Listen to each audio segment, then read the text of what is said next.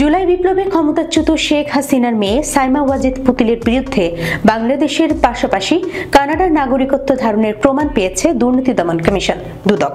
এছাড়াও বিশ্ব স্বাস্থ্য সংস্থার দক্ষিণ পূর্ব এশিয়া বিষয়ক আঞ্চলিক পরিচালকের পদ পেতে তিনি রাষ্ট্রীয় সম্পদের অপব্যবহার এবং নিয়ম বহির্ভূত কার্যকলাপের আশ্রয় নিয়েছিলেন বলেও বেরিয়ে এসেছে দুদকের অনুসন্ধানে। রোববার গণমাধ্যমে পাঠানো এক সংবাদ বিজ্ঞপ্তিতে এ তথ্য জানিয়েছে দুর্নীতি দমন কমিশন। দুদকের বিজ্ঞপ্তিতে বলা হয়, সাইমা ওয়াজেদ পুতুলের বিরুদ্ধে দুর্নীতির বিশ্বাসযোগ্য অভিযোগ রয়েছে।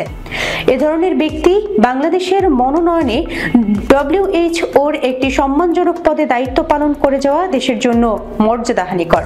এর ফলে বিশ্ব পরিমণ্ডলে দেশের সুনাম ব্যাপকভাবে ক্ষতিগ্রস্ত হওয়ার জোরালো আশঙ্কা রয়েছে। দুর্নীতি দমন কমিশনে প্রাপ্ত অভিযোগের উপর পরিচালিত অনুসন্ধানকালে এ মর্মে প্রাথমিক তথ্য পাওয়া গেছে বলে সংস্থার পক্ষ থেকে জানানো হয়। দুদক জানায়, বিভিন্ন সূত্র থেকে প্রাপ্ত তথ্য পর্যালোচনা করে দেখা গেছে যুক্তিযুক্ত কোনো কারণ ছাড়াই সাইমা ওয়াজেদ পুতুলকে বিভিন্ন রাষ্ট্রীয় সফর সঙ্গী করা হয়েছে।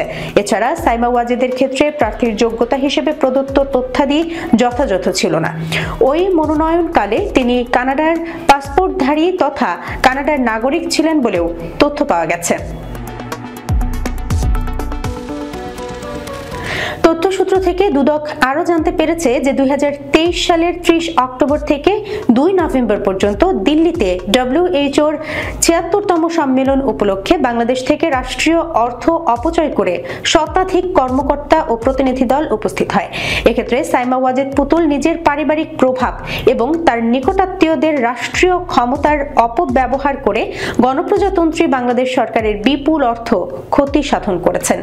দুর্নীতি দমন কমিশনের প্রাপ্ত ভিন্ন একটি অভিযোগের উপর পরিচালিত অনুসন্ধানকালে এ মর্মে তথ্য উদ্ঘাটিত হয়েছে যে সাইমা ওয়াজেদ পুতুল দুর্নীতির আশ্রয় নিয়ে এবং তার পারিবারিক রাজনৈতিক প্রভাবের অপব্যবহারের মাধ্যমে বেআইনিভাবে ঢাকার পূর্বাঞ্চল নতুন শহর আবাসিক প্রকল্প এর ডিপ্লোম্যাটিক জোনে 10 কাঠা প্লট করায়ত্ত করেন।